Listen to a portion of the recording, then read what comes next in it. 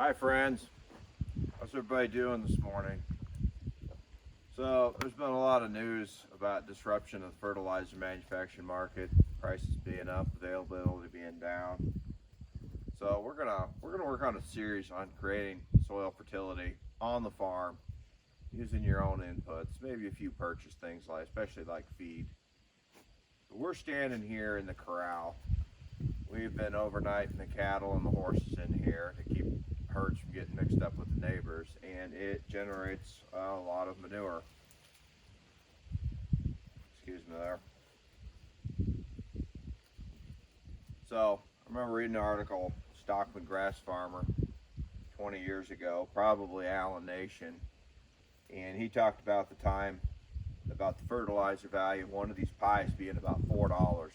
That was 20 years ago.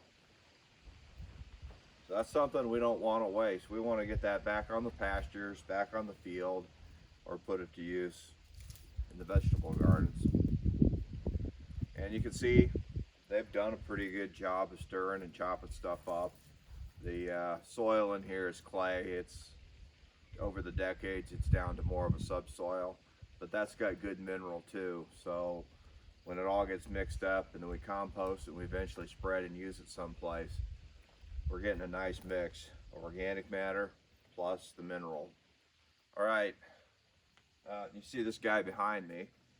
He wasn't a planned part of the video, but he's spending part of the day in the crowd to think about his life actions. He's been beating the cattle up the last couple days, so giving him a break. Usually he's pretty good with them. He actually looks out for them. He's a pretty good guardian animal most of the time. The funny thing about him with fertility is he likes to, well, you've all heard the term poop in a group, and that's what he likes to do. He likes to stand in the same place and poop and poop and poop and just build a mountain. And yeah, we'll show you in the video, if not today, another time. Anyway, we're gonna take a little break and be right back. So one more thing I hadn't planned on, guys. This is what we feed for salts. We've got your regular table salt, your sodium chloride, we've got a sulfur block, and we've got a cobalt block. And we feed each of these for different purposes, and we'll talk about that another time. But where it fits into the fertility is when they eat this and it comes out the other side, we are adding that fertility to the soil as well. Whether it's out in the pasture or it's in here.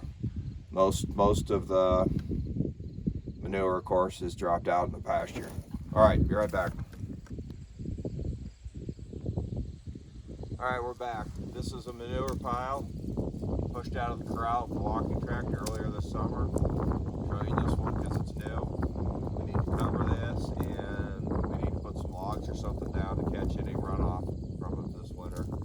Wonder why I carry these sticks? I have to pick them up on the way through, and this is what we're going to do to them.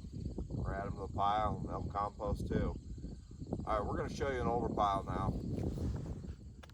This is an older pile. We built this last fall.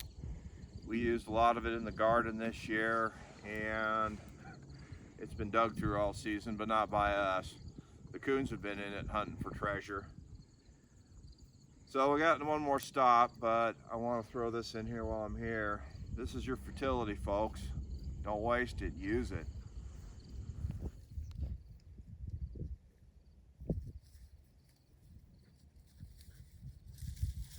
All right, friends, hopefully you had a nice shot of the pond and the cattle grazing behind it. We're looking at the upper windbreak now. You can see the trees turning. The yellow trees up there are actually ash. They've had a hard life, and they've died back several times because the ash bore, but they've come back strong. A lot of them have had a trunk die and had it come back from the root. I'm pretty impressed what's happened up there. We've shot some video on it before. I can't say whether it's stuff we posted or not, but we'll do it again in either case. Anyway, this is applicable for everybody, even you folks in town. Those leaves have a tremendous amount of fertilizer value. You know, if they're up in the trees and in the pasture, you know, they're going to do good right there on the ground. If you're in town, you got to clean them up anyway. Compost them, put them to use on your garden next year. And then down below us, you see this So we're looking at the pond. These old ponds, a tremendous amount of fertility is collected in them in the bottom. If you could figure out how to get it out of there and probably spread it thin, you'd have a lot of fertilizer value. You spread it in big chunks and it doesn't seem to do anything. We're trying to figure that out still. Anybody that's got ideas or knows what to do, please comment or shoot your own video. But that black muck down there, that's built up organic matter. So, like I said, we can figure out how to get it out of there. There's a lot of fertilizer value there, a lot of fertility, a lot of soil fertility. Alrighty, got one more stop. We were on our way up out of the pond and we spotted this little volunteer willow. We are probably going to transplant it. We don't really want a tree here. And there's a bunch of volunteer cottonwoods around. We'll do the same thing. We'll transplant them down around the creek. Trees produce a lot of fertility. We already talked about the leaves dropping. But part of where the fertility comes from is the trees, they send their roots deep into the ground and they can access minerals that the plants growing on the surface can't. And they pull those minerals through the surface in the growing tree, in the wood, in the leaves. And you have a branch break off and rot away. It adds that to the soil. These leaves, they fall off, they lay on the ground. Again, they break down and those minerals are added to the soil, becoming available for the plants on the surface, our grasses and whatever it is we really do want. A lot of our weeds actually do the same thing. Actually, Christopher, right to the side of you, it's a remnant of a sunflower plant. Again, these have a deep taproot. They reach down far and they're pulling nutrients from down low, oftentimes below the level of like the brome grasses and other grasses we're intentionally growing, the stuff we want to feed our livestock. So this stuff is helping to feed, these plants are helping to feed the plants that feed the livestock that feed us. All right, we'll be back. All right, quick stop. I don't know how many times I've told you we had one last stop, and I keep thinking of things. So here, we're looking at the dam. We had this rebuilt 2019. It got washed out in some flooding we had here. Well, the whole state had, but we had it rebuilt, it was built up, and basically left with subsoil on the surface. They tried to spread the topsoil out, and they did a good job, but it wasn't quite the same. So we're waiting for it to come back up in grass, and we've spread grass seed several times, and we'll keep spreading grass seed. What it's done is principally come up in weeds, which is good. It's got a cover on it that'll help slow erosion. And again, what do the weeds do?